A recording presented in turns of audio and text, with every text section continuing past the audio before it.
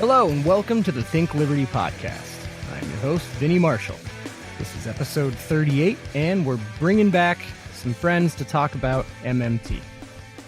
Before we get into that, I just wanted to take a minute to let you know that the Think Liberty podcast is a part of the Think Liberty Podcast Network. You can go ahead and find it on SoundCloud, Stitcher, iTunes, or anyone else, or anywhere else you go to listen to podcasts. I'm not going to call out all of our social media stuff. You've heard it before. You know where to find us. Let's just get right into it. So we've brought back our guest from our last episode. Dylan, how you doing, buddy? I'm doing great. How you doing, Vinny?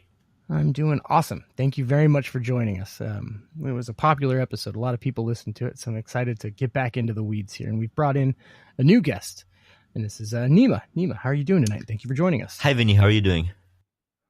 I am doing very well. Okay, so we left off having covered a lot of ground. So I guess let's just jump right back into kind of the thick of it. I do have some questions here for you guys. And I guess we'll just start right off with the question. Okay, so MMT, modern monetary policy. Theory. So, theory. Not MMP. My bad. My slip. Yeah, not MMP. I've had a day. Modern monetary theory. So when you look at this, obviously there's a difference between like monetary theory and like monetary policy and economic policy. So I was wondering if you guys can help me clarify on where MMT starts and stops in that regard, if that question makes sense. It doesn't make sense to me. Does it make sense to you, Nima? Well, I would say that MMT makes some recommendations about monetary policy. So in that regard, you could connect the two, I guess. If that okay, makes so sense. then is MMT... Now, remember, I didn't just forget everything we talked about, Dylan. I am trying to frame this. I am trying to frame it a bit for people that still, might not totally get it. Yeah. We can go over stuff again. I really just want to kind of clarify what is MMT, right? If it's not an economic policy, if it's not a monetary policy, what is it? So, from what I understand, it's a sort of body of knowledge that has just developed over the past couple of decades because different people from mostly post-Keynesian economics schools came together and started talking and writing about economics. And their focus mostly being on how the monetary system actually works. And so maybe it's that's a big tent, you can't necessarily easily pin down, say this or that is MMT. The term itself is actually almost kind of misleading because it's not really modern, right? It's like it acknowledges monetary theories that have been around for as long as we know civilization. But after the neoclassical revolution, etc., to reintroduce these concepts, I guess some people consider them modern, so it was labeled that. That is kind of funny now that you mention it, because it's like the on the Tom Woods episode with Dylan, you use like the kingdom as an example, which I thought was a really good example. That really helped me understand the premise a little bit better. But that's not modern at all. Right. Not at all. Nothing modern about it. It should be called ancient monetary theory.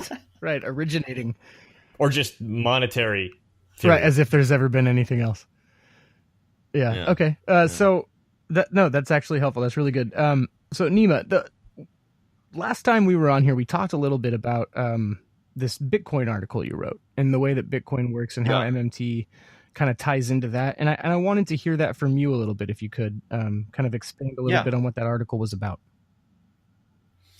So MMT basically, first of all, helped me understand why the US dollar bill in my hand has value. It's because there's a government that demands that token in taxes and fees. And in Bitcoin, I found you can basically establish the exact same monetary flow to explain the value of Bitcoin. With the minor difference that there's no violent taxation, but a voluntary fee for blockchain access.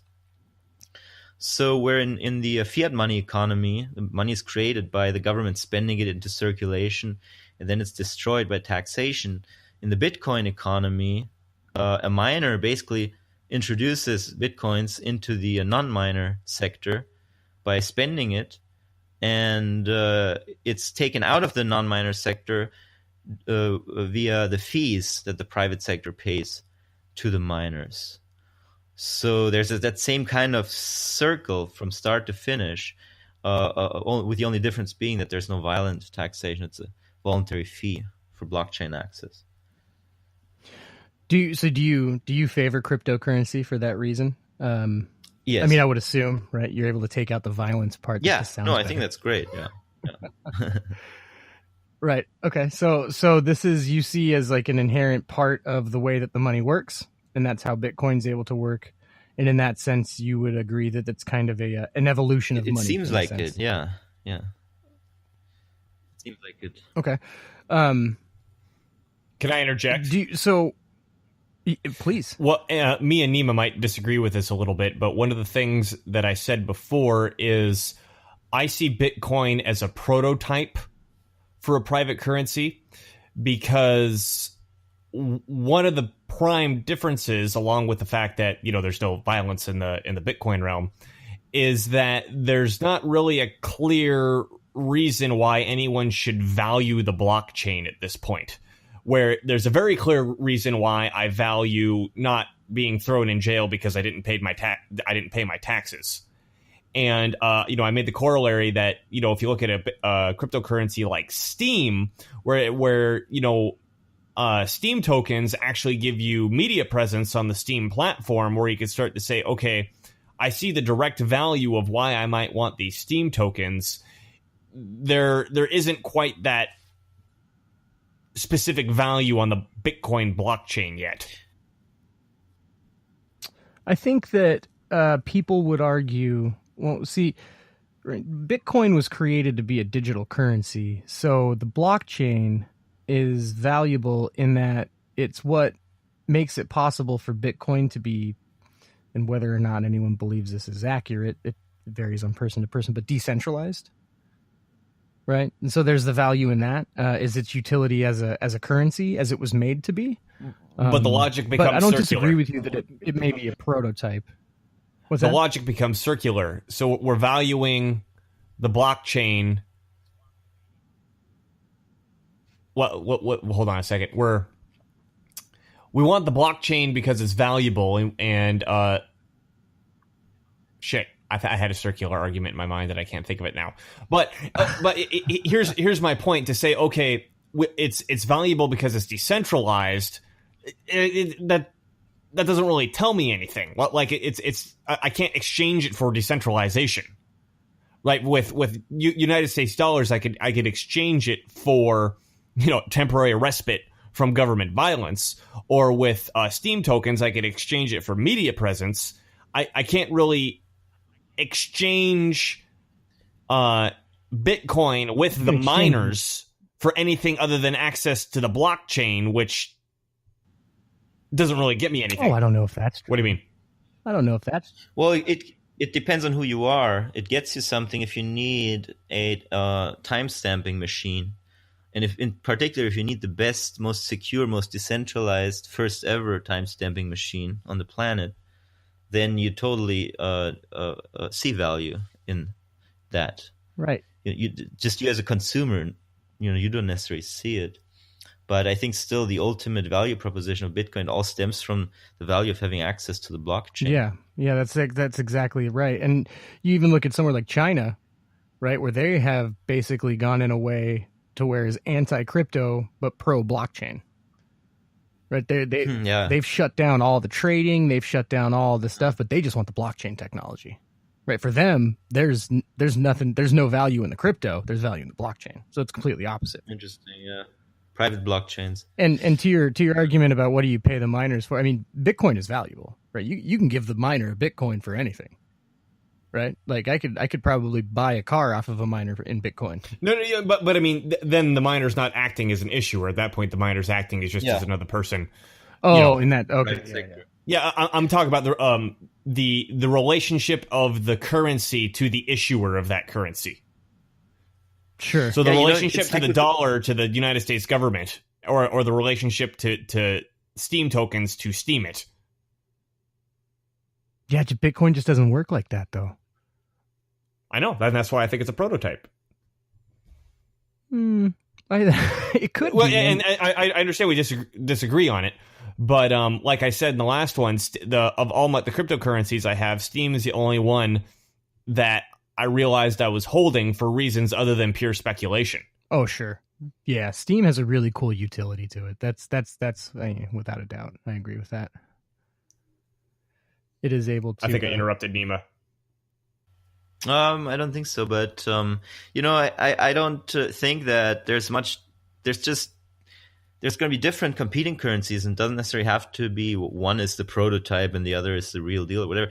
Different individuals need different currencies for different reasons, and so there will be a competition. There will be different solutions for different people. Right. Yeah, absolutely. So, okay, so this is interesting to me. So you have, you do appreciate the private currency. So as best I understand, with modern monetary theory, does there have to be a monopolist? Or is that just kind of saying, look, this is how it is with governments and this is how it goes? There has to be an issuer. Yeah, there has to be does there have to be monopoly? A monopoly on what is the question? Monopoly on taxation? Well, I guess yes. There has to be a monopoly on taxation. It's enough authority to impose a tax to begin with, and other than that, obviously, for the private banking system, when loans are made, that doesn't necessarily have to be monopoly. Monopoly can be decentralized, as it is in our economy.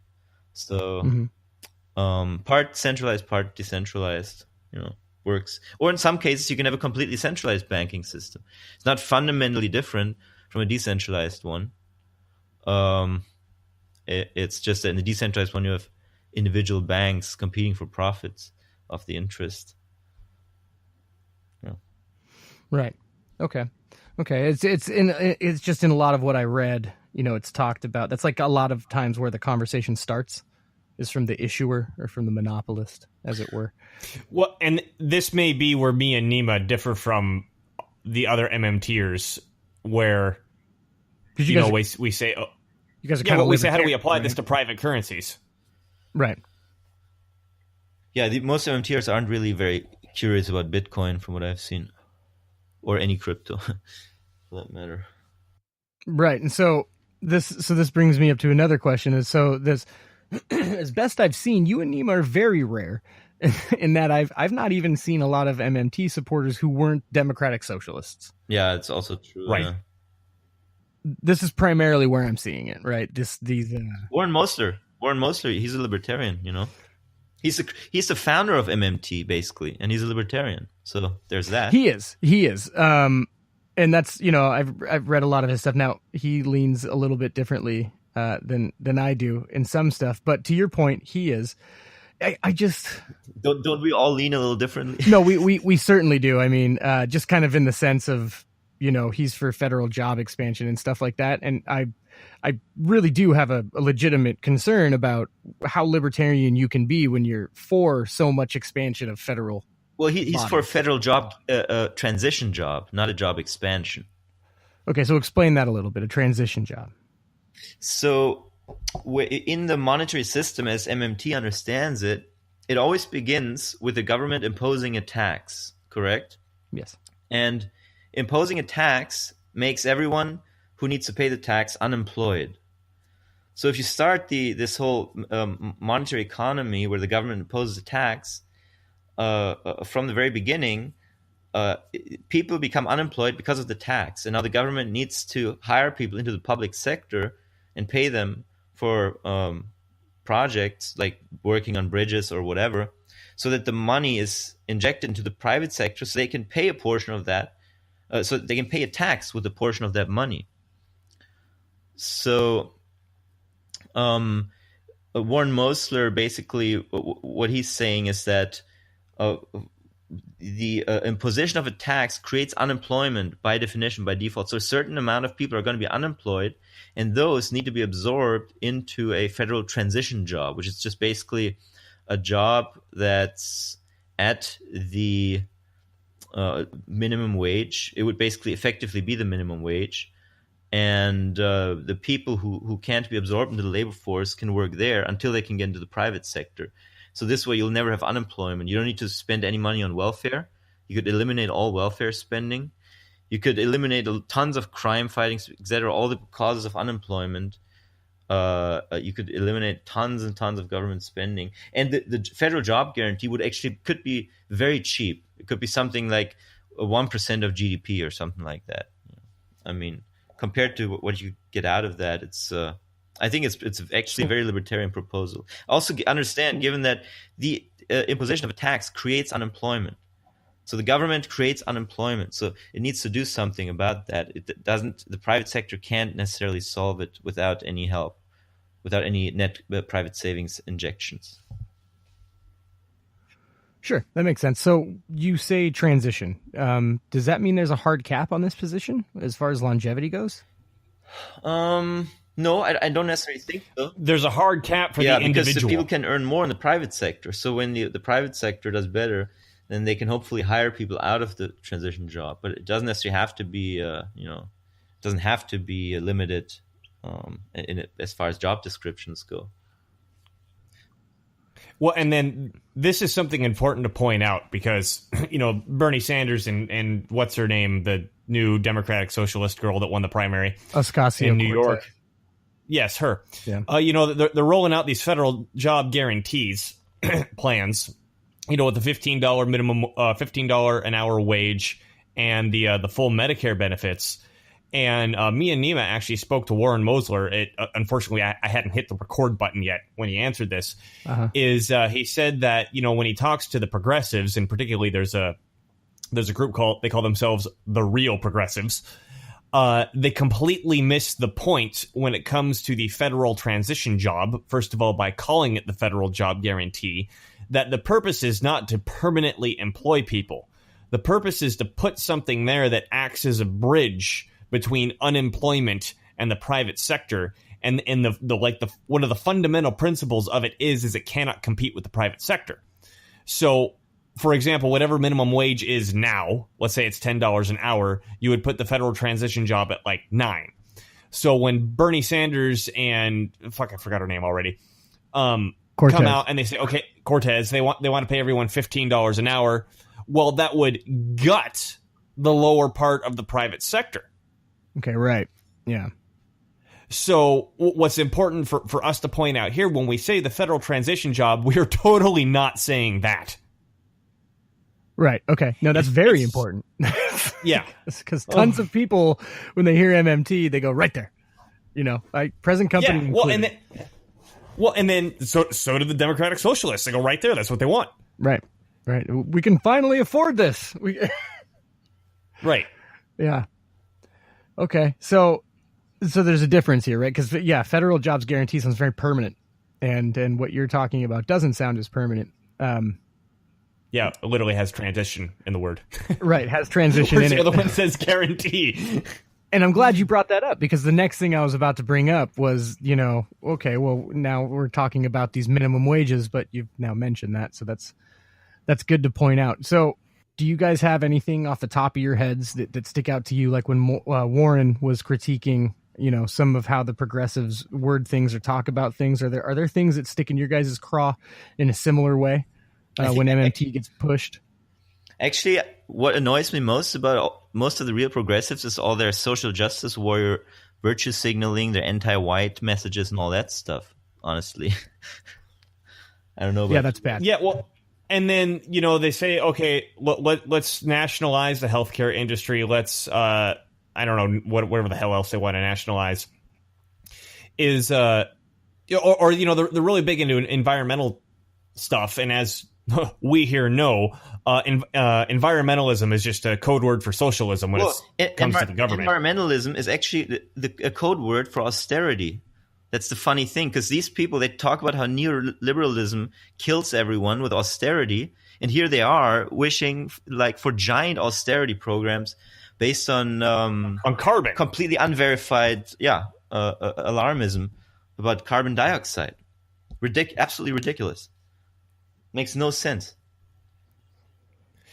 And to say that we were talking about Venezuela before you hit the record button, yes. Was super important when, we're creating money is that the private sector has to have the freedom to do something with it. And if we're so constrained with, let's say, environmentalist stuff, I've talked about real estate last time too, is, if the zoning is so nasty, you can't actually build anything. Or the regulations are so gnarly, it's like, well, you need, these 13 licenses in order to get that, to start this business. Well, no one's going to be able to do anything with the money. And then at some point, there's not going to be anything to buy because no one's producing anything. Right. So going back to the criticism of the Democratic Socialists, when they say nationalize something, you're putting it into the government sector permanently. Well, that's what you say when you say nationalize. Right. And all that means is more bureaucracy and more red tape. Right. And at some point, you're just going to strangle the system to death. Honestly, I have to say that the U.S. healthcare system is such a giant mess of public-private patchwork that I would even go so far as saying I don't even really know. Maybe a crappy single-payer system would still be better than what we have right now. Yeah, I could lean that way too, especially after the Obamacare for 10 years that we've had it or whatever. Yeah, you guys don't see stuff though like that Alfie Evans story. That didn't scare the hell out of you. Oh yeah. Oh, it definitely scares the hell out of me. But what Nima's saying is potentially what we have now scares the hell out of him more. It's such a monopolized economy, and basically healthcare providers have so much power and so much pricing power. It's fascistic. Yeah, I think is what you're saying, right? Yeah, and the supply is being restricted. The amount of medical educational institutions is being restricted. The amount of medical professionals is being restricted. The number of hospitals you can build is being restricted. Pharmaceuticals are protected.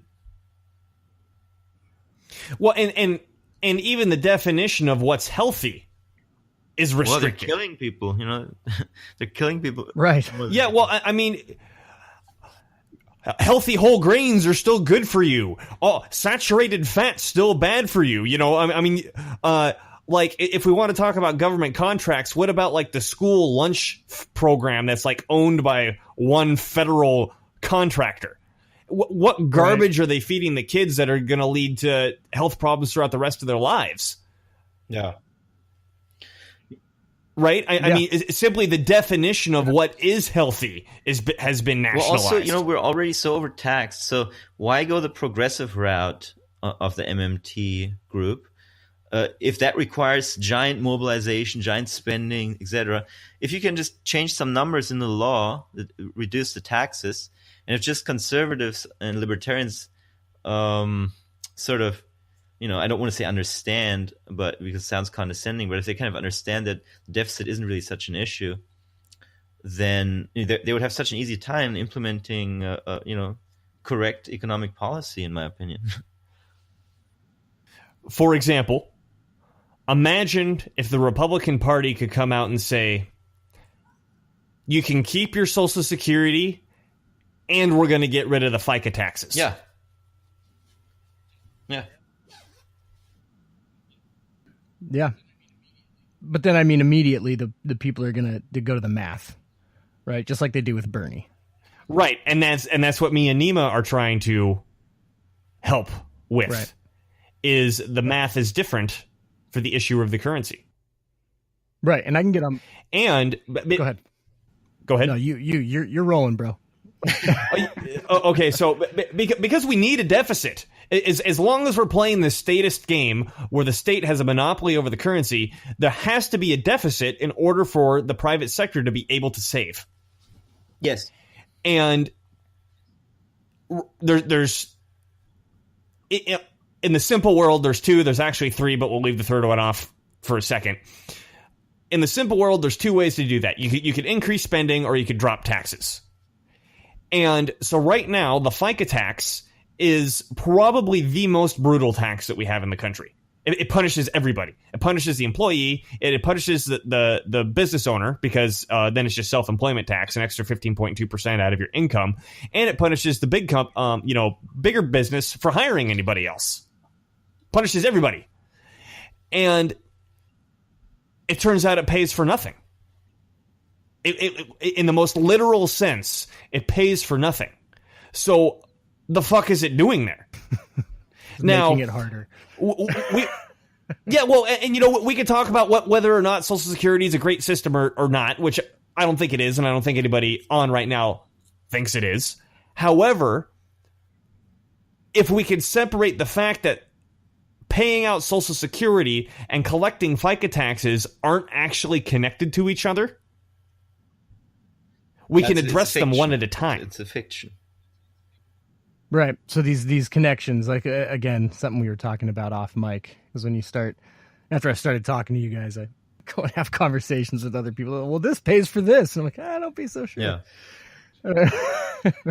Well, and I just thought of another thing where I see the danger from the Democratic Socialists is they say taxation actually has another function. So the first function is it gives value to the money. The second function is it acts as a way of removing money out of the system.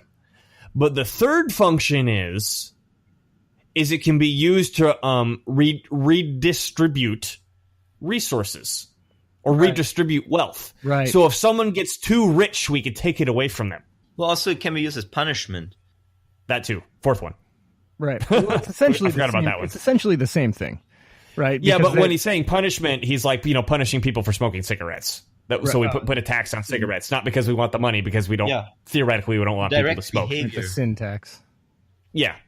So, but with the Democratic Socialists, they say we still need to tax rich people because they just shouldn't be rich. That they still have this Marxist idea that, they're just getting rich off the backs of the employees who do all the work anyway. And if we just took Amazon and split it up into 10 employee-owned companies, we would be able to do the same thing. Well, it's like you can any business owner's like, oh my God, did I just hear that? I know, it's pretty funny. So you hear, it's interesting, right? So I can talk to you guys and I'm like, okay, all right, okay, I get it.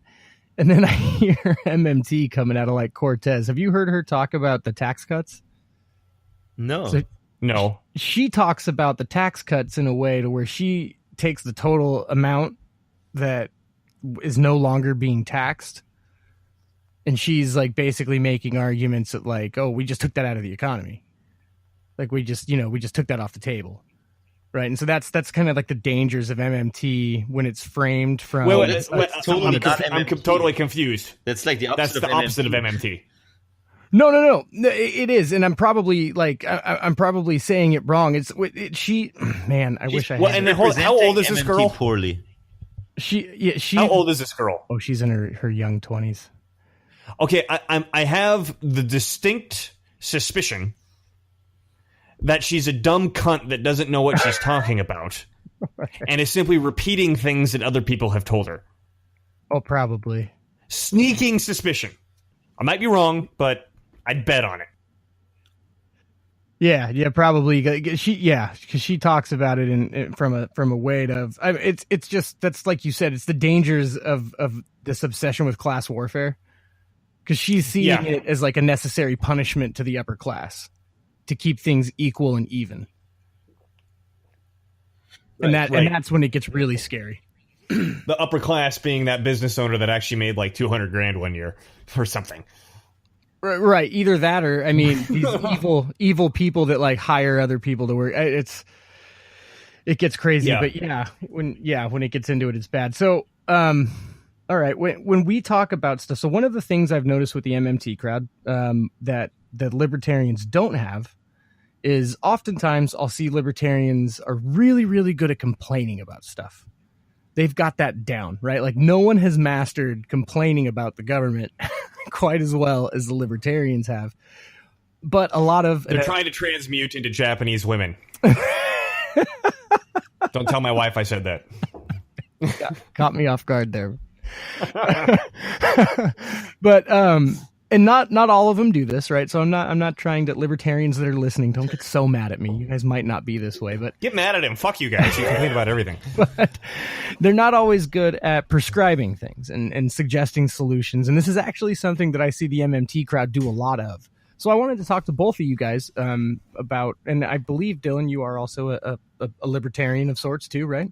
Yeah. I consider myself an and anarchist. Right, exactly. So I would love to hear from you guys some prescriptions, right? So you're supporters of MMT, also libertarians. So then we know what the Democratic... Well, and I gotta interrupt you. We're not supporters of MMT. Well, observers. We've observed the fact that it's accurate. Right. But you know what I'm saying. Sorry, I phrased it wrong. No, I know what you're saying, but it's an important distinction, because when you say support, it sounds like, I support a higher minimum wage. I support this political action. I support families being together, or I support feminists. So, it's more of an opinion thing, whereas it's what we're saying. And if we're inaccurate, it's a factual thing, that this is the factual way that the economy and monetary systems function. Yeah, but I mean, it's not a matter of whether we like it or not, or whether we support it. But it still has theory in the name, right? Like, it's not modern monetary objectivism. Dude, gravity has theory in its name. The only time that you see the word theorem is in pure mathematics. Okay, the Big Bang has theory in its name. We're drifting. Thermodynamics have theory in their names. Yeah. Yes, you are. Okay. I'm being a grammar Nazi over here. Either way, I'd like to hear. So we hear plenty of what the Democratic Socialists would like to do with MMT. What do you guys see as being an optimal economy? For me, I would say we could have, if it doesn't have to be a huge change or whatever, we can have a small government that limits itself to protecting the borders and the people inside, and reduce spending accordingly, and also reduce taxes even more so. The only important thing in the end is that there's a deficit, so that your net private savings accumulated, etc. And so I'm all for just cutting taxes drastically and reducing the size of the government to the extent possible. The problem there is, different people have different opinions on that, so ultimately it's a political decision. But technically, just financially, economic policy-wise, I would say lower taxes drastically and then reduce the government size along with it. But you don't have to go, you don't have to reduce the size as much as the taxation necessarily. Just, enough to where you have full employment. So there's enough net private savings injected into the economy. So when you talk about reducing government size, what are some things in the government that you personally think could be eliminated, that we could do without? And what are some things that you think shouldn't be done without? I think we could get rid of the IRS. I think we get rid of the IRS, Hallelujah. The FBI, the EPA, a lot of the military spending, bring all the troops home, and there's just there's so much. Well, there's also the fact that most. What about most? No covert agencies, no CIA, any of that nonsense. And so none of the alphabet soup agencies. Yeah, I mean, there's some that have been there for forever. They're real intelligence agencies like Navy and Army intelligence, but the CIA is just a total rogue, just an insane rogue agency. There's no reason for it to be there. Caused so much trouble and harm to the world.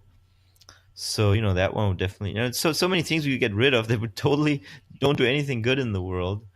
And we could lower our, taxes significantly. And we could live in a much better country, much better world, ultimately, I think. Yeah, that'd be nice. That'd be real nice. Get rid of that IRS.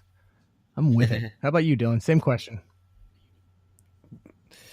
So I think I mentioned this last time. I kind of have a short-term version, a medium-term version, and a long-term version.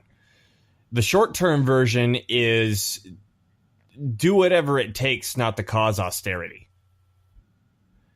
Because contrary to what someone like Peter Schiff is going around proselytizing, which is that, the sooner the crash occurs, the better, because then we'll graduate into something better. Well, if you don't understand how the monetary system works, I don't think that's accurate. And by saying, I hope the crash comes sooner, is just wishing untold misery upon massive populations for no good reason. So whatever need... Except for the bankers. Yeah, except for them. My favorite peoples. Right.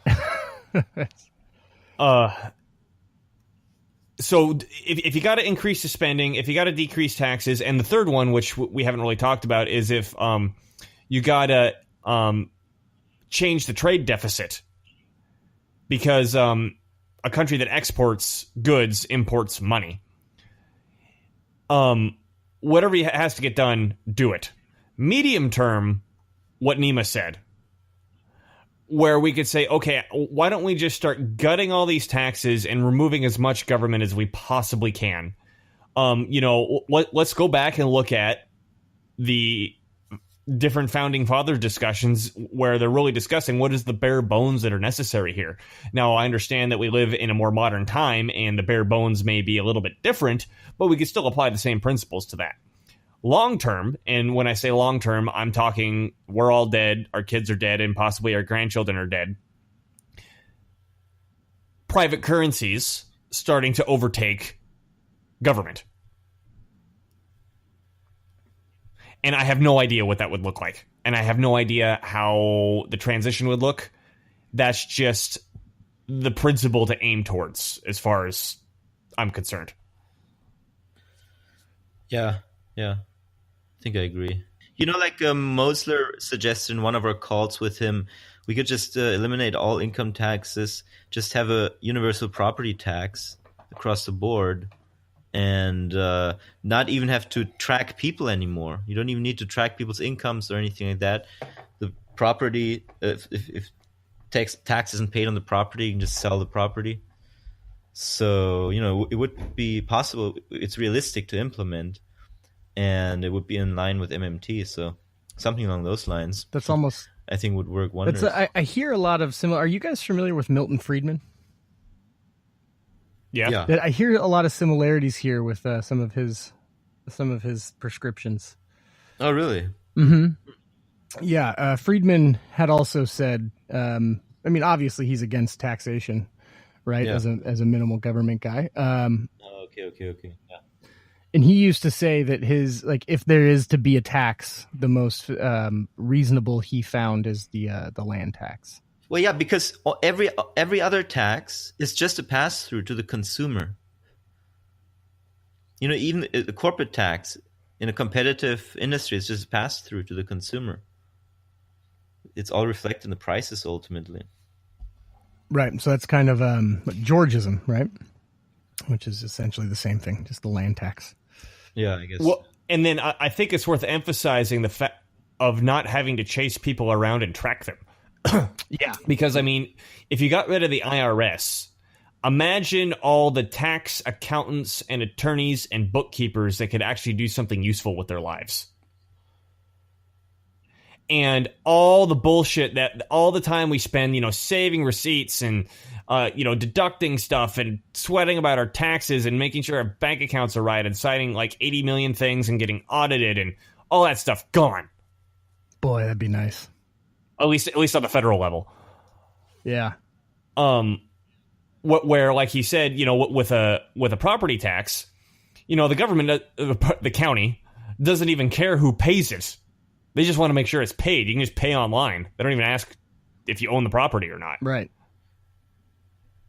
Right. You just get a letter. At least in my county. No, it's the same here. You get a letter. You can respond to it with anything. As long as there's money in it. There would be no administrative cost to implement a federal tax like this, because all the tracking mechanisms are in place already. Yeah. And so to further the Milton Friedman thing, so he had a suggestion of, I mean, it was kind of like a UBI, but it wasn't. It was this negative income tax, which is different from what is being prescribed in the, make sure I say it right, the federal transition job programs. Mm-hmm. Did I get that right? Yeah, there's no welfare there. Yeah. You did.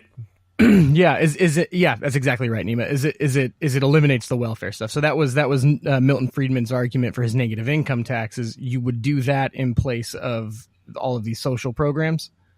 So even though it's can be considered a UBI and there's a cost to that, it's eliminating costs in the welfare stuff. So there's similar argumentation there in that yes, it is a cost, but it also comes with a great elimination of costs as well.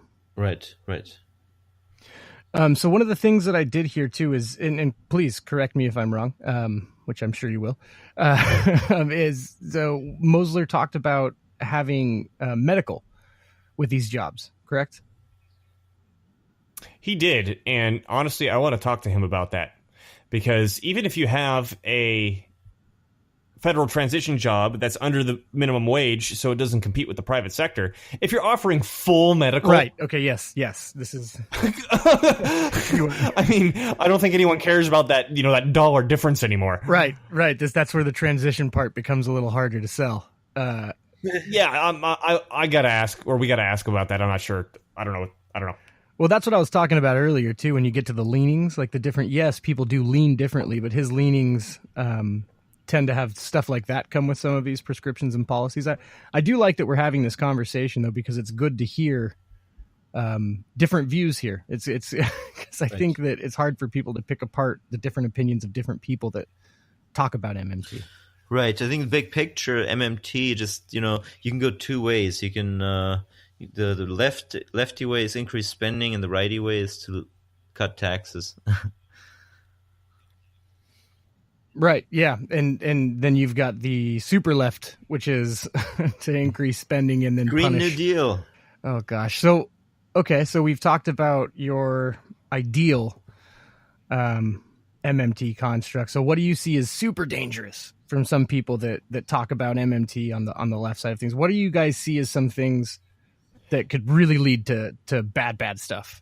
I see the left, even though they understand the concept that you have to have a federal deficit, if you just keep strangling the private sector by ripping people out of it and putting them permanently in a federal guarantee job and increasing the environmental regulations to the point where the private sector can't do anything, I think that's one of the most dangerous things I see to answer the questions. That they're all a lot of them are totally down with completely ridiculous environmental propaganda.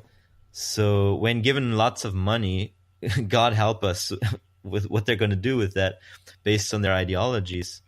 But also, I think a big healthcare program, we have no idea what could happen from that. I think it would be much easier to deregulate and make it more competitive versus just make a giant healthcare program.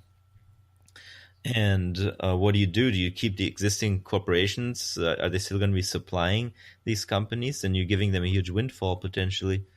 So they're just going to become more powerful, more monopolistic, more oppressive. These are all kinds of possible scenarios that I see as far as these progressive MMT programs.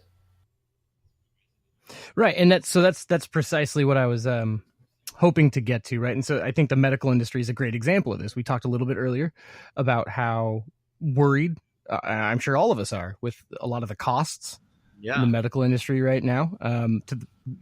Very concerned, and so an MMT are getting a hold of things as far as monetary policy or economic policy goes, and just deciding, look, just keep it the way it is, but just pump way more money into it.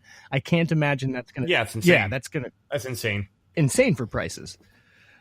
So then we lead to something else that a lot of people talk about when they talk about the dangers of this kind of thing. So inflation, it's a slippery slope, and it can get away from folks pretty quick in an economic sense. So what are some ways that you think inflation can be triggered this way? And what are some ways you think it can be protected from? Well, I think that inflation actually, like, you know, the disaster scenarios that we've heard of, they don't happen in the manner that you just described, where it just starts and it gets out of hand. But so I think inflation per se isn't really a big danger until you're at full capacity, and the U.S. economy isn't anywhere near full capacity. The only reason why deficit spending would create inflation is if the spending is on military and other sectors where you have specialized labor. So you're bidding up specialized labor that's very rare. But if you had like a federal jobs guarantee, you wouldn't be causing much inflation from the deficit spending. You would just be creating new consumers and new purchasing power that was artificially suppressed before because of the tax levels being too high. So, you know, at one point when we have a full employment economy, a real full employment economy with decent jobs, and it's absolutely booming more than we can imagine right now, then we may hit a point where the additional deficit spending starts creating inflation, and then that should be dealt with through the budgetary process. The government should reduce its spending, in my opinion. You know, some people might say, well, they can also raise taxes, but I'd rather not, you know, because that reduces the wealth and size of the private sector. So would you then say that, like, in that scenario, austerity measures might not be the worst thing? Yeah. In the scenario where you're starting to create inflation by bidding out resources out of the private sector, then you should do austerity in the sense that you impose austerity on the government. Technically. Yeah. Right. Okay. Yeah, because, you know, austerity, as far as I understand it, is typically a word used when they really mean you need to balance your budget. Yeah. You need to stop having a debt. Whereas I think the way Neem is saying it is slowing down the deficit a little bit. Yeah. Sure. That makes sense. And there's a big difference between the two. Yeah. Okay. Do you think that the people that are currently in power in Washington right now could handle taking, like, just the power of modern monetary theory? Do you think we would just go careening into a hellhole? Well, So, sorry. I was going to say, first of all, I think the neoliberals get it, or at least some of them, and I think because they're like secretly reptilians or fucking something. I don't know. Because they're so fucking evil, right? They want to use it against everybody. That was a joke on the reptilians. Everybody, just really? Except for George Soros, who seems to have forgotten how to change back into his human Dylan's form. going to be on InfoWars next week. No, David Right, Icke. there you go. So, I think that there's some higher up that really understand how it works, and they use it negatively. Well, I mean, you on know, the population. If you read history books like Tragedy and Hope, the big picture analysis, they always look at this just as a strategy. And he writes how, okay, they chose deflation for the following reasons, or they chose an inflation strategy for the following reasons. So it seems like historians in the big picture, they're aware of all of this, you know? So that's kind of the idea there, is that they already know. Yeah, they do it for deliberate reasons. Well, now, however, I think on, let's say, the lower levels of the upper echelons of Washington State, or not Washington State, Washington, D.C. I live in Washington State. That's why I made that mistake. Yep. The politicians on the right don't know this. And as Nima has pointed this out in previous conversations on my channel, that the economic crashes on the left also. Oh, you mean the lower echelons of the lower sides of the upper echelons of Washington, D.C.? Well, just from what I know from Warren Mosler, who has talked to a lot of these people, he says on both sides they're equally ignorant. Okay. I mean, I don't know about exactly equally. Yeah, I mean, you may be right that there's more on the conservative side. Yeah, well, because, I mean, the conservative side, you guys can correct me if I'm wrong, but I feel like the libertarian philosophizing is what leaks into the conservative mindset. Yes. And they're the ones that say, okay, a budget should be balanced. We shouldn't spend on things that we couldn't afford. Yeah. We shouldn't do these sorts of things. Now, of course, as soon as they're in power, they don't do any of that. Right. And the libertarians and the radical, the more libertarian they are, the more they're actually pro-deflation. So in the grand scheme of things, they're really just deflationary apologists. Brutal. It's a hard pill to swallow. Right. Speaking of the libertarians and their economic prescriptions, we've talked about the progressives, and so where do the libertarians get it way wrong? Let us have it. Where? I think with go ahead. The barter theory of money. It all starts with the barter theory of money, but then from there, ultimately, that's why they believe that the budget should be balanced, and the balanced budget. I think that's really the idea that you can have a sustainably growing and wealthy economy with balanced budgets is not really true, or not universally applicable, not empirically supported. You can have it if you have export surpluses, but not otherwise. You're pretty much guaranteeing depression or a big recession if you try to go for policies like that. And in the grand historic scheme of things, these policies are just known as deflationary policies, and they're crippling the private sector and the economy in the long term. So, I would say just don't do those policies. Stop! Don't do that. Well, and then I think if we go to the Peter Schiffs, or even Stefan Molyneux will reflect this attitude, is that we should encourage the crash and speed it up so we can get it over with. Right. What's actually more likely is if we have an economic depression or economic recession or whatever crash, you're going to get the most authoritarian government you've ever seen. That I can agree with completely. So you want that much less than anything. Right, because when things fall, I mean, that's right. Like we all walk around praising the quote from Hayek, right? I don't remember the quote exactly.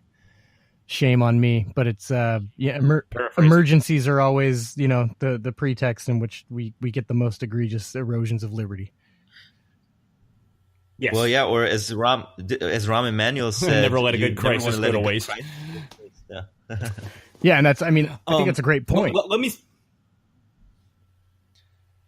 go ahead, please. Sorry. Did you want to finish that? I was going to criticize Austrian. Oh no, I was just there was just a pat on the back. I think that's a great point. Is why don't be so quick to push an economic crisis if we all admit that times of emergency are when the government goes for the worst power grabs. Right. Also for the economic or the Austrian economic side of things, and I know I keep criticizing Peter Schiff, but he is the guy who can't go 15 seconds without a Tourette's. It's gonna crash. It's gonna crash. Play gold. It's gonna crash. No, man. Let it out, man. Let it out. My exorcist will be here in an hour. So,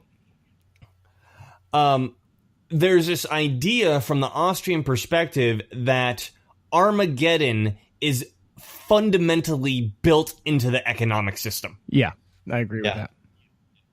Yeah, the misallocation of resources necessitates a future crash, and without it, we can't get the resources realigned to proper usage. And the removal from the gold standard speeds that up.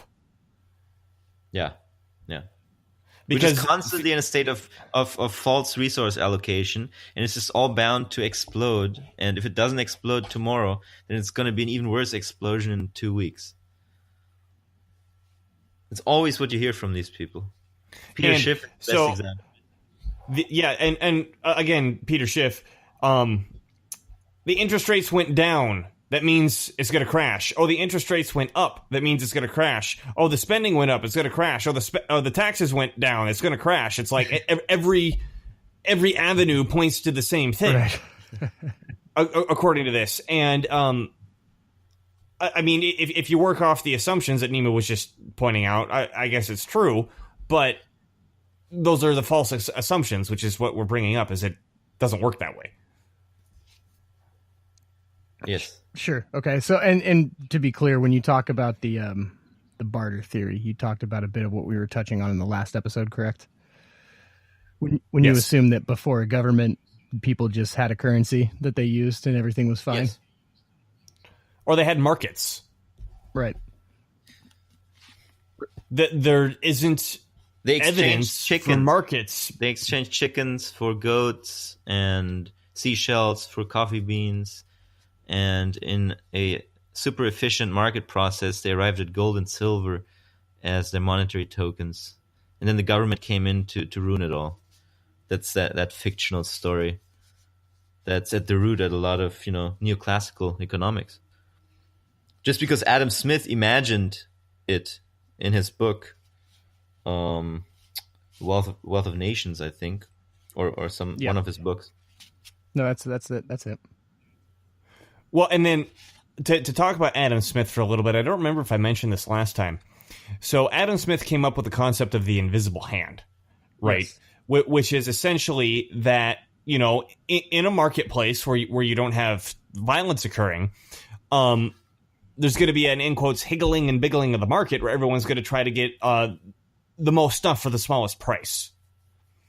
And that this is a natural thing that occurs. That's why, in quotes, the invisible hand, because you can't really point at it and say, there it is. Well, in another book that he wrote, I believe called The Theory of Moral Sentiments, he wrote that he came up with this idea in order to have something that was similar to Newton's theories of motion. Because this is a very deistic idea, because the big thinkers at the time were all deists, which was this idea that there's no such thing as miracle, and that the universe could be understood through universal principles. And it was Isaac Newton who really kicked this idea off, that there was such a thing as universal principles that we can understand the universe by. And Adam Smith wanted an economic universal principle. Unfortunately, he just made it up. Well, and now, giving Adam Smith some credit, didn't he found the school of economics, or the concept of economics? Well, as we discuss it in modern times, he I think basically started neoclassical economic thinking, but yeah, I don't know. It's not his fault that everyone took the idea and ran with it. I guess that's what I'm trying to say. Right. No, Yeah, I'm not sure if yeah. it started there. It makes sense. It's very intuitive. I always thought it made sense until I read about it. There's actually no proof of it. Yeah, it's interesting to me. So that's the thing I have to look into more. I wish I could speak more on it. Unfortunately, I think Dylan, you're the most knowledgeable on the history of these things. Well, so, and then let me say this to try to make it a little bit more real, because when you look at stuff like the stock market, or you look at the crypto trading programs and bond rates and foreign exchange stuff, and you see this thing where people have posted buy sell trades, and they have limits and stop limits and all this sort of stuff, where it is exactly that. There does appear to be an invisible hand, because everybody's trying to get the most they can with the least amount of money, and there's people whose full-time profession it is to do that.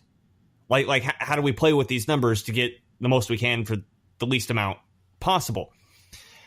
Now, that's in a situation where every unit is equally convertible with each other, and there isn't any real emotional attachment to that thing. Now, in day-to-day life, most people, they don't buy off of reason, they buy off of emotion. They want to feel good about the thing that they purchased. So most people, when they're going through their day-to-day, I mean, I know we all know that one person who is totally higgling and biggling with everything all the time. Right. But generally speaking, people just like aren't on the internet all day comparing prices for everything. Sure. Or you know, when they go to buy something, just like arguing with the person, and just like, how do I get this as cheap as possible? A lot of people won't value something unless they've paid a certain amount of money for it. This is Edward L. Bernays, you know, the guy who literally wrote the book Propaganda. I listened to an interview with him once, I guess, you know, right before he died, and someone asked him about, you know, how he got people to take him seriously, because, you know, he would have clients come to him in order to give them consulting on subjects that he may or may not have known anything about. And he said, well, the first thing I did is I charged them a ton of money. A lot of money, yeah. Because if I didn't, they wouldn't take my advice. The fact that they paid me a lot of money made them want to get something for their money. If they didn't pay me very much, I would just be some guy telling them what to do. Right. Why listen to the guy you paid $5 for? It's just $5. Who cares? Right. So when it comes back to this invisible hand, that's a very extremely rational approach to buying and selling things, which people buy off their emotions. They don't buy off their reason. I think an easy way to put it is just that in the private economy, prices, or in the consumer goods economy, prices are often administered from the top down, whereas in an auction system like the stock prices you were describing, prices are, you know, very efficient. So a lot of people make the mistake of equating the two. They think the private market, consumer market price system works in an auction process when it doesn't. It's a top-down administered process, which is a little different. You said that way better than I did. So is it safe to say that, or maybe it's not safe to say, how do you guys feel about pegged currencies? How do you guys feel about backed currencies like the gold or silver? It's like cutting your arm off for no reason. Well, they're not really currencies, I think. You know, they're precious metals. Are you talking about the gold standard? Well, just I use those as an example. Just pegged currencies in general. Well, yeah, they are. I think they're problematic because that is a system where the government can actually become insolvent, and for no other reason than because they can't keep the price of a particular commodity stabilized. So it's really usually, you know, a pegged fiat money system is really just another fiat money system where the government guarantees the price of a certain commodity or security or currency. So it's arbitrary. It's really just government intervention in the free market system, if you will. And it's doesn't usually end well. It always ends with hyperinflation, it seems. You know, Germany was pegged, Weimar Germany was pegged to gold, and then hyperinflation. Zimbabwe had their currency pegged to the dollar, and they're in hyperinflation. You know, Ukraine, Venezuela was pegged to the dollar as well. Yeah, Venezuela had some U.S. dollar loans, I guess, because they operate with the dollar in their oil incomes. But so, I mean, it just doesn't work very well. It's like it is ultimately always suspended by the government, right when it would be needed most to restrict or supposedly restrict the government's actions. But then what's the point if it's always abolished when it's needed and useless when it's not needed? You know, then there's really no point to it. But also just conceptually, it's just there's really no logical reason to having those. You know, there's no logical reason to fixing the price of a commodity by government decree, other than for the people who want that price to be fixed because they're from that lobby or whatever. And an example to that, Randy Ray writes this in his book, Monetary Theory Primer, that you can attack a country with a pegged currency system, and George Soros has actually done this to the United Kingdom at some point in history. I don't remember the specifics. I think the United Kingdom had pegged the pound to the dollar. No, it was point. Because as part of the European Union, all the different currencies had to sort of fluctuate within a certain range, and he just forced the British pound outside of that range against the other European currencies. Part of the reason why the UK never went on the euro. So yeah, you could have a single player smashing governments around if the currency's pegged. Well, that's suboptimal. Probably not a good thing. So I have to imagine the Nima, you're probably, it sounds like logically, you would be a pretty big supporter of the crypto movement. Yeah, totally. I mean, that's why I've been involved in Bitcoin since 2011. I've invested a lot in crypto. I've worked in crypto. I own a crypto site called coinjabber.com. Oh, okay. Wow. I didn't know that. Yeah. No, I'm fascinated with it.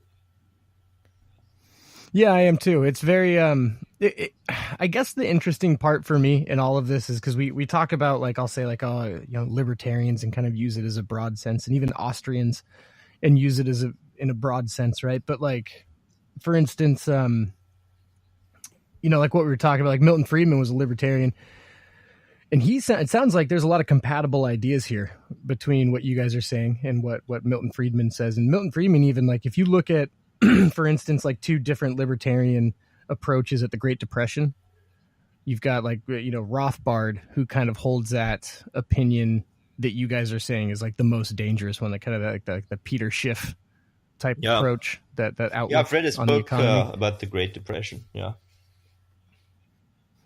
So he's kind of got that outlook. But then you've got, like, Friedman, who really just kind of criticizes the Fed more. He just kind of says, like, they operated incorrectly there. That could have been avoided if they would have taken a different strategy toward the monetary policy. Well, and MMT could have just told you, if you have a government budget surplus, you're going to have a depression, and that's exactly what happened before the Great Depression. You had a government budget surplus, and that's the same thing that happened before any other depression, by the way.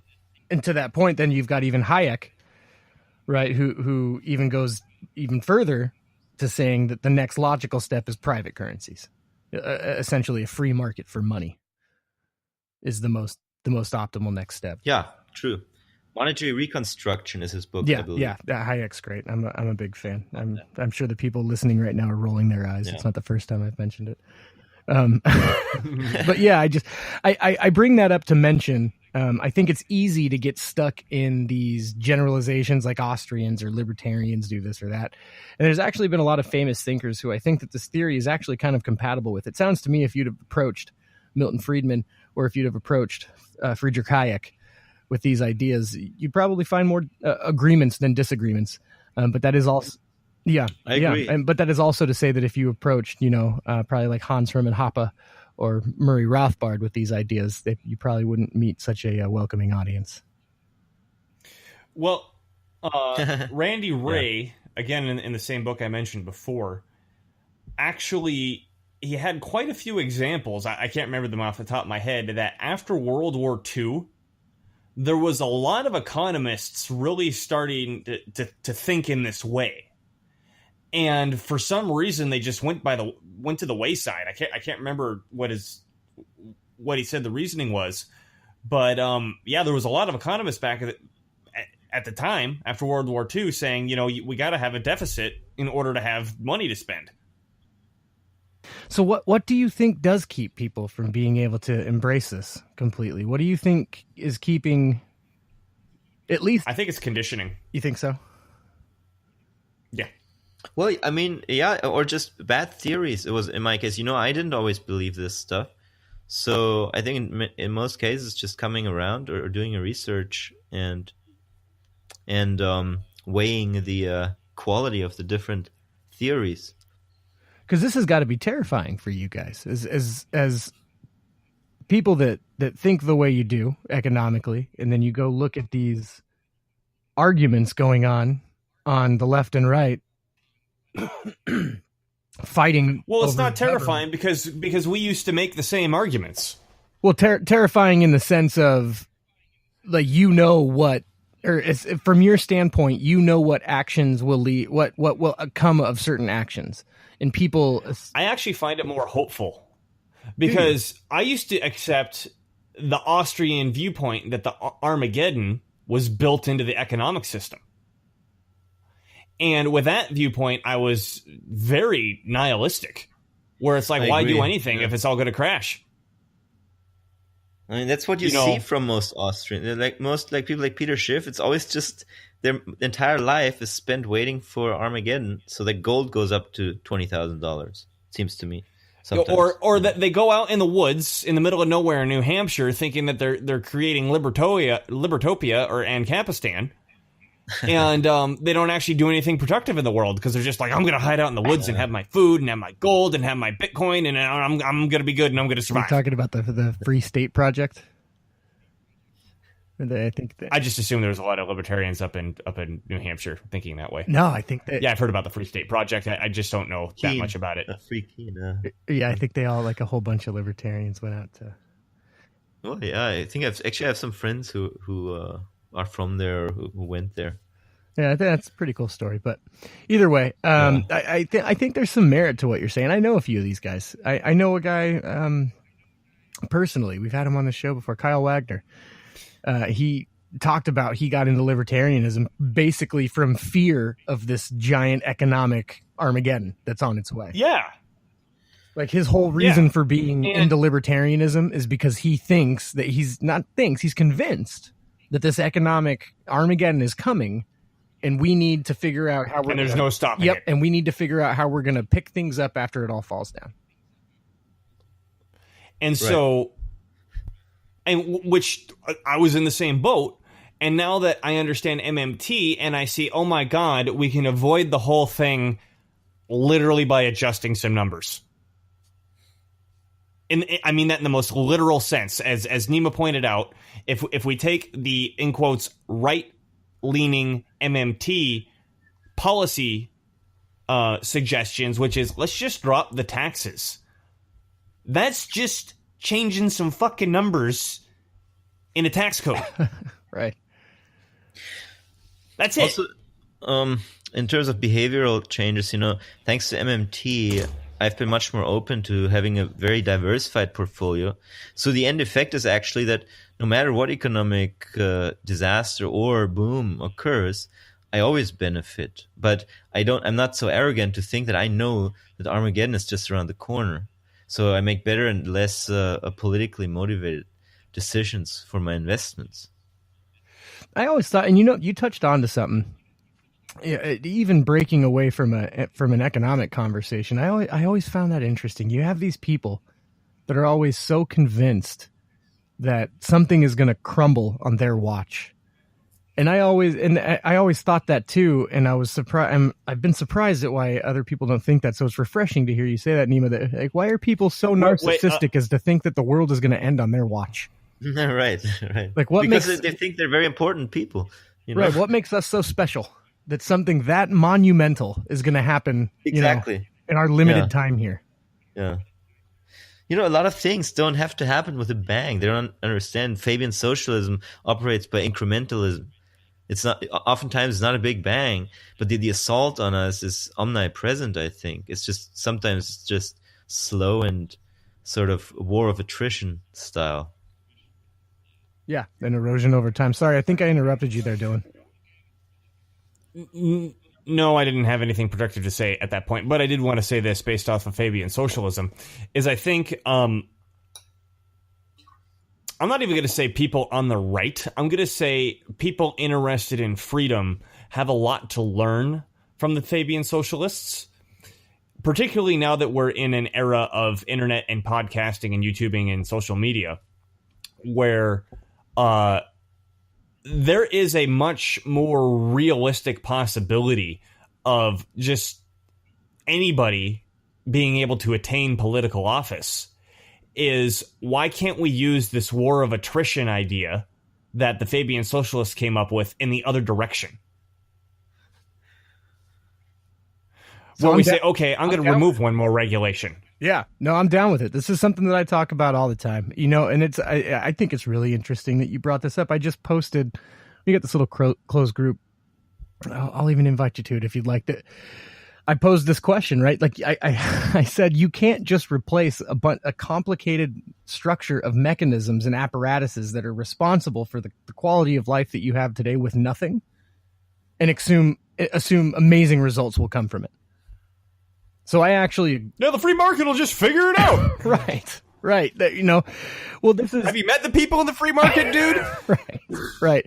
Well, and it touches on something that we said before we got started. There's a couple things that you said when you were like, "Oh, government is evil," and I think that's probably the wrong outlook to have. Right? I don't think that the government is 100% pure evil.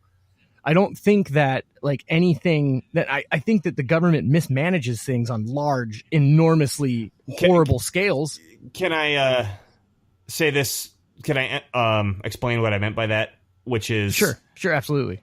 By evil, I mean they have the monopoly on the use of force. Therefore, anything they do, if we go from the non-aggression principle, is immoral. That's what I meant by evil. Oh no, absolutely. I was just kind of echoing in the absolute sense. Right. Well, I was kind of echoing your sentiment in that. Not everything has to be so absolute, right? Like people probably don't like fraud, right? And libertarians, I think, argue from this standpoint all the time, where it's just like government bad, no matter what. And it's like, yes, I agree with you that there are some very bad things that the government does. Well, but know, go ahead. I think I totally agree with you. I think it's almost over the past 2 years, for some reason, I started believing or started thinking more along the lines that there's just bad ideas and evil spirits, and they're everywhere. They're in people in government, but they're also in people in corporations, and they're in people in social organizations. They're in people who are in nonprofits. It's just omnipresent. So you don't just fix it by getting rid of one institution that happens to have a lot of these evil elements in it, because you just have this spirit all over the place. By spirit I mean the belief system and the manipulative nature, the psychopathic nature. It's almost like there's people who are communicating above all else, above everyone, everything else in secret, and so that's where problem is. Right. And you're absolutely right. And in some got tripped up there. In some senses, I think the government protects from that, or it attempts to. I can absolutely with confidence say it attempts to, right? Well, and in theory, the United States government was designed to protect from that. Yeah, absolutely. And so, in my opinion, to just say government is completely evil no matter what is a little foolish, because at the end of the day, I think people generally like being able to know that they have some protection from fraud and violence. Now, granted, other people, their perception of protection from violence is probably less, basing off of the neighborhood you live in. I will admit that certain cops in certain neighborhoods probably tend to give a lot less confidence to the people living in those neighborhoods than others. But my whole point was just to say that, just going out and decrying, burn it down, tear it down, blow it up. We talk about it with in the circles I run, and we talk about it as the Rothbard button, right? And we basically say, if you're able to push a button, or the Rothbard button, and nuke all forms of government, would you do it? My answer is no. I wouldn't do it. I'm still an anarchist, though. Right. Right.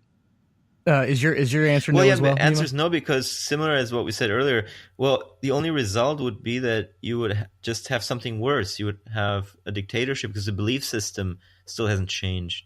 So you cannot expect much change from just bombing things or blowing existing institutions up.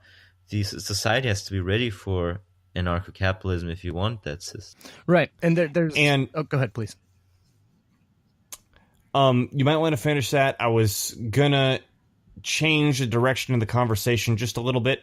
It relates to what we're speaking about now, but we'll definitely leave economics if I go that way. Please, go ahead. We've covered a bunch. So, one of the big influences, literary influences that I had on my life was actually Frank Herbert. Have you read much Frank Herbert? The guy who wrote Dune? I haven't. I've read Dune, and that's about it. I've played the video game, if that counts.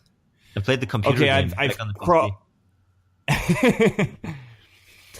So, one of the themes that Frank Herbert seems to have in all of his books is he looks at, there's this adage that, power corrupts and absolute power corrupts absolutely. And he says, no.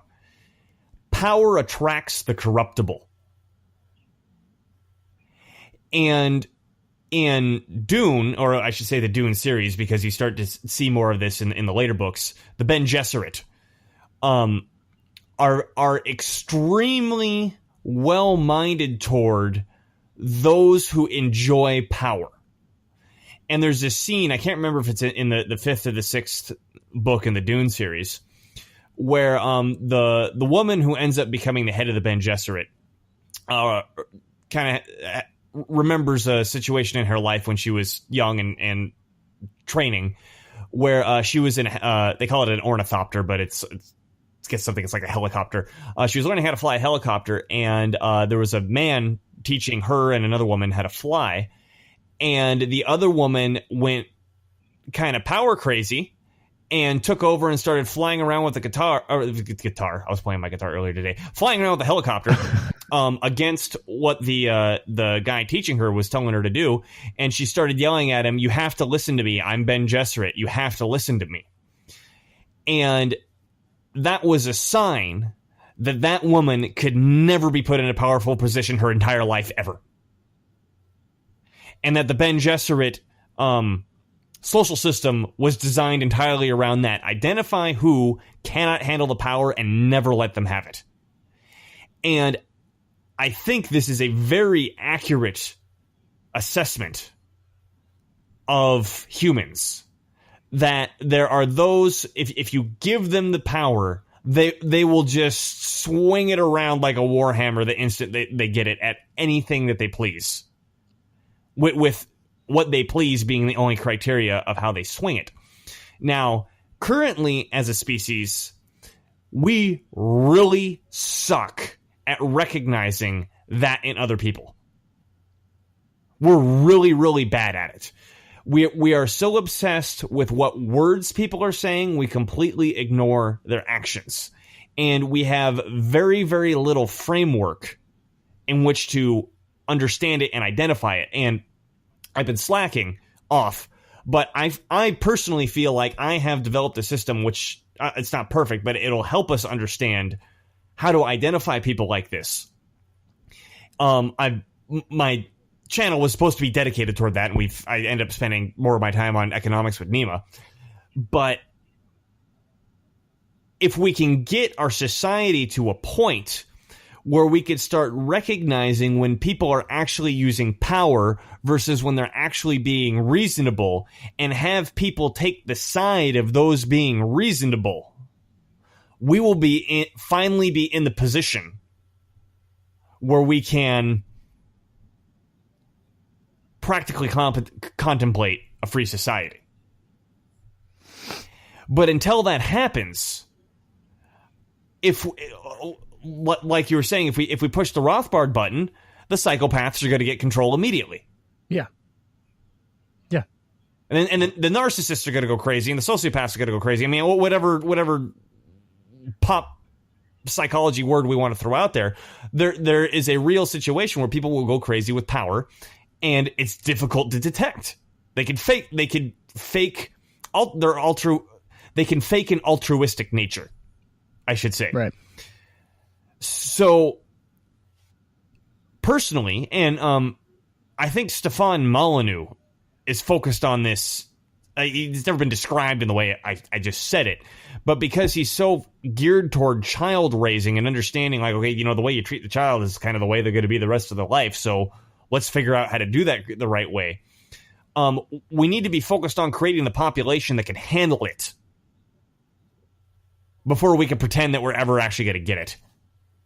I'll tell you what, if you want to get a good idea of how someone acts with power, just spend some time in the family court system.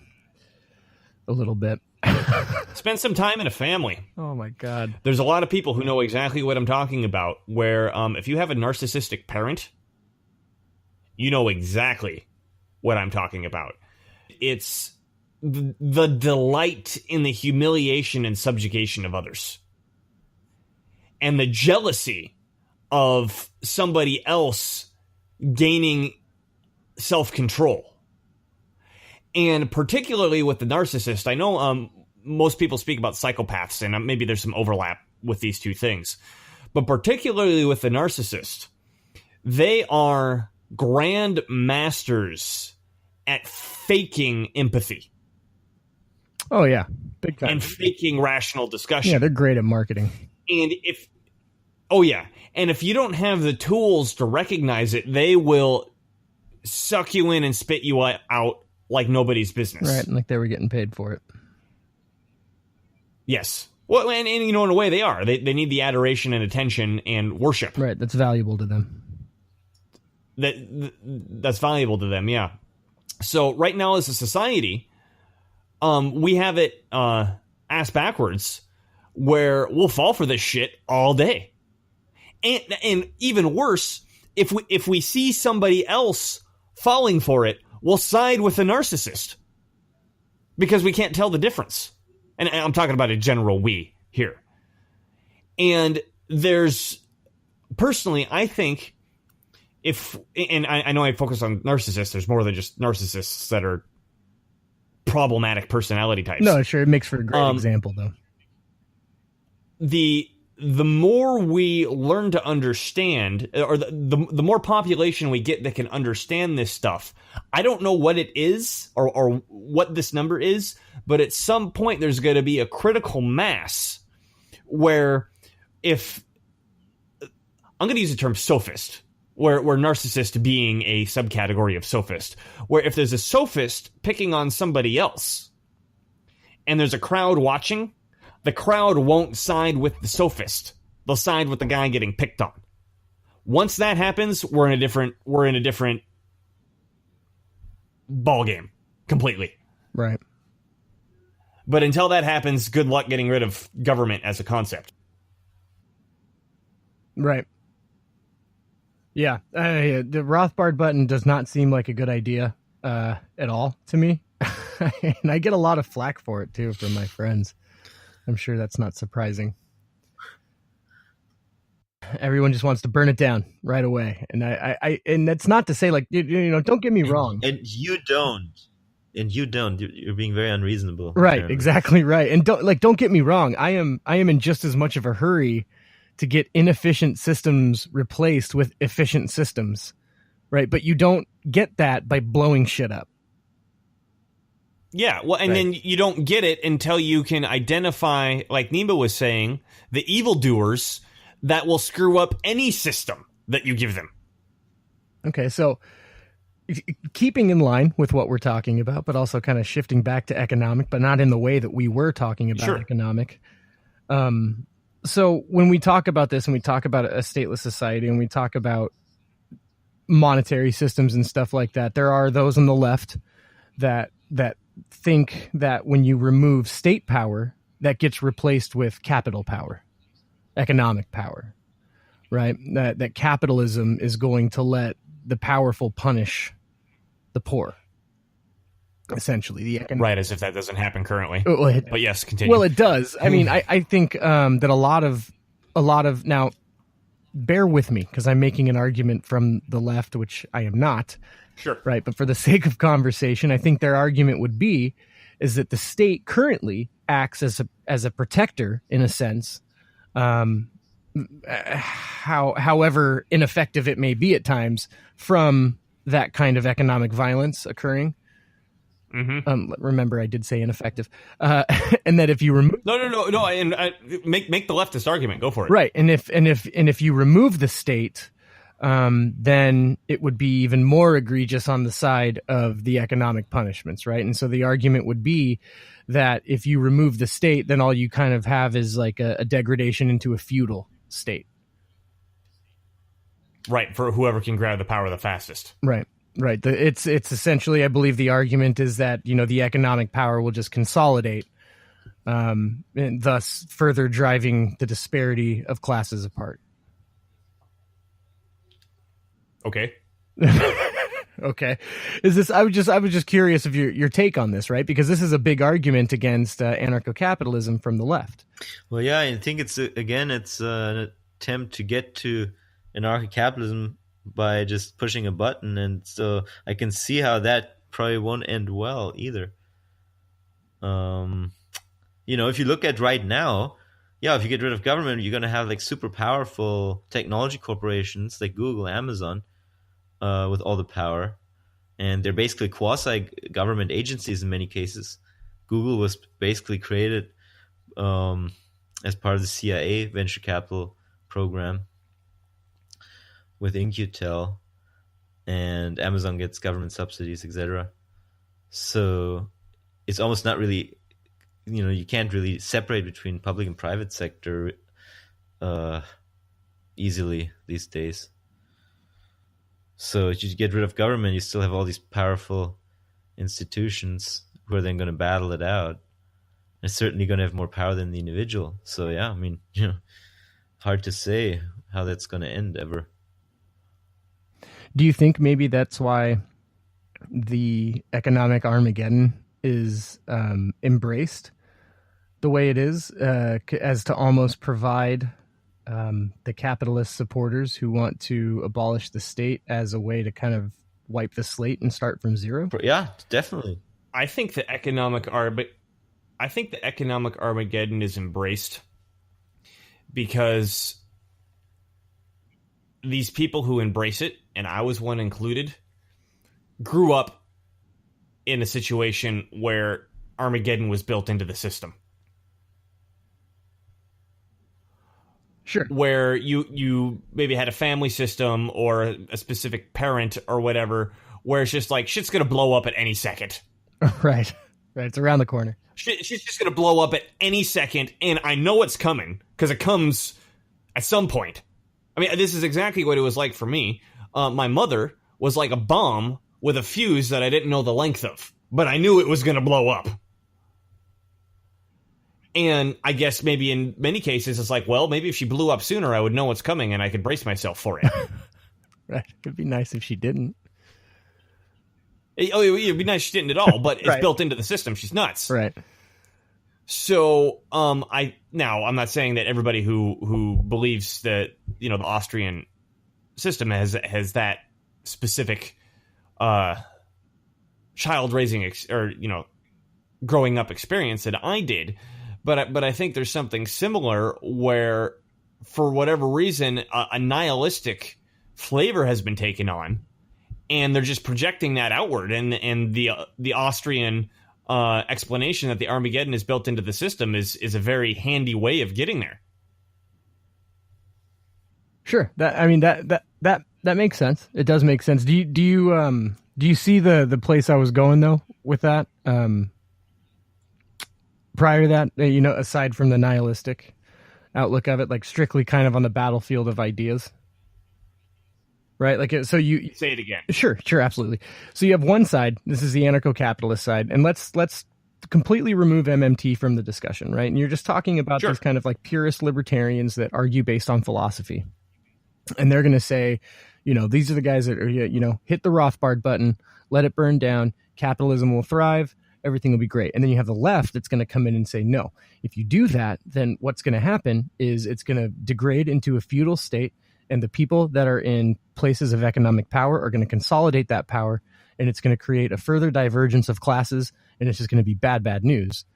And the embrace from the Austrian side, what I was saying is, or the question I was posing is, does it, because it seems to make logical sense to me that if there is an economic collapse, right, everything starts back from zero. So it's almost in a sense of the economic collapse is almost a key component of the philosophy, because it leads to invalidate the concerns of the left. Because if you just nuke everything back to zero, then there's no power. I guess I quasi agree with the left. Whereas I don't see Google and Amazon coming up as our overlords. I think there would just be smaller skirmishes where smaller political units would attempt to gain power within smaller areas, or maybe even invasions would occur. If we're just talking about the United States, Sure. To gain territory and resources, and it would just go back to squabbling. I mean, this is kind of the argument that's often made for if we look at the Civil War and we support the North, because, I mean, a conservative can look and say, hey, the South had every right to do what it did. But the North held everything together because one of the small things that isn't really emphasized in the Civil War was that the British supported the South. So we went to war with the British over in the War of Independence. They tried to attack us again in 1812 and even burnt down the Capitol. And then they support the South. Now, why would they support the South instead of the North? Well, if they wanted a weak political situation on the continent, well, one thing you could do is create two different political situations where that could, be played off against each other. So, well, also, as Carol Quigley wrote, it's always been a British strategy for centuries to support the weaker country on the European mainland, so to create a formidable opponent for all the other forces in that region, and then divide and conquer, basically. So that is to say, that strategy would be to support the weaker opponent to be able to offer them support? Yes. Okay. Because they'd be more susceptible to taking it. Yeah, and so I mean, imagine if the Confederacy had won the war and there was two countries now. What the fuck could have happened in 150 years? How many more times would we have gone to war? How many other countries would have been made here? Right. And could the American idea have survived in all that chaos? Because, or I mean, let's even look at the British. Let's say the British were thinking that and said, okay, how do we get two countries here to weaken them? Let's say the South wins, they get their country. Well, could the North win, or could the British win against the North if the South was gone?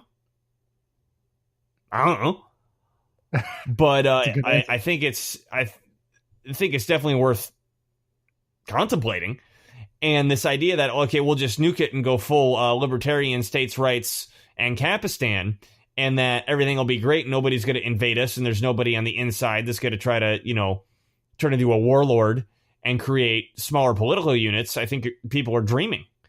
And here's why I disagree with the leftists, is that it's not like, the companies are going to get big and powerful. No, some dude who doesn't mind killing people is going to march into the office, shoot the president of the company, and say, I just nationalized it. Right. Yeah. It's mine now. Yeah, it's these are fun conversations to have. They really get down into the weeds of some of this stuff when you break apart the theory, because it's like you really start talking about division in the same camp. We're all talking about, this is essentially anarcho-capitalists who disagree with different versions of anarcho-capitalism. Right, I consider myself an ANCAP as well. I just don't. I like you were saying, Dylan. I favor the incremental approach. Only because I think there's more harm that will come from a Rothbard button than good. Yeah. Well, and then to say what I said before in a different way, we are more fundamentally power politics creatures than we are rational creatures. In the most literal sense. We establish pecking orders before we barter over goods. And when a human being grows up and it goes through developmental phases, it's going to develop its pecking order phase before it's going to develop its, rational make sense of things phase. And if a human being never matures well enough to really get a hold of that rational phase, they see everything as pecking order phase. I'm either winning or losing. Right. There's no such thing as both of us winning at the same time. If you won, that means I lost. So, if you try to negotiate with them, they get angry. I mean, look at Antifa. Right. Like the act of trying to have a discussion with them pisses them off. Yeah, it's pretty annoying. Because the thinking is, if you can call whatever they're doing thinking, that this guy's trying to have a discussion, which means, you know, he's trying to get me to calm down, which means he's trying to stop me from winning. So he wants me to lose. Because the only thing is a win-lose interaction. Or even the people on the left who are like, oh, the classist warfare. You know, it's all set up as there's a winner and there's a loser. There's no such thing as both sides winning. Right. So we've got to mature out of that. Yeah, absolutely. Otherwise, a Rothbard button is just going to create more caveman domination. Right, more reactionary nonsense. More crazy bullshit. All right, fellas. Yeah. Well, this has been a good talk. I've enjoyed it quite a bit. Probably a good time to wrap it up. Before we do, looks like everyone's getting tired. No, I could go on forever. I love this shit, man. But you know, not everyone loves super long podcasts. But before we go, I know Dylan, you have a channel and you have stuff that you work on. Nima, you were talking about you have stuff that you work on. So I want to give you guys this moment to plug anything that you can point our listeners toward, that they can check your stuff out at alternate sources. My YouTube channel is called the Volitional Science Network. And that's all I got right now. Volitional Science Network. Come check me out. Yeah, hi, I'm Nima. You can find most of my stuff on economicsjunkie.com and on Twitter at economicsjunkie. Okay, so you got the economics junkie stuff, and you said you had a website too. Yeah, you mean the crypto related stuff? Yeah, was it like Crypto Junkie? Yeah, that's coinjabber.com. That's okay, a crypto. Coinjabber. It's a Yelp for crypto, basically. Yeah, but a Yelp for crypto? Yeah. Oh, that's pretty cool. Thank you. Yeah, that's a pretty neat concept. So you kind of like like you can rate ICOs and stuff like that, or like people that have. What a clever idea! And you can earn bitcoins for contributing content. All right. Well, hey, hopefully you'll get some. Some people to check that out. I know I will. It sounds pretty interesting. Cool. All right. Well, hey, thanks a bunch for joining me, you guys. I really appreciate it. Thanks for killing your time here on my podcast. Is there anything else that you guys would like to say before we close out? Don't balance a budget. Austerity kills. Theft. Absolutely. All right. Well, listeners, thank you so much for listening. On behalf of everybody, we really appreciate you. And whether or not anybody likes it, we'll probably be back again.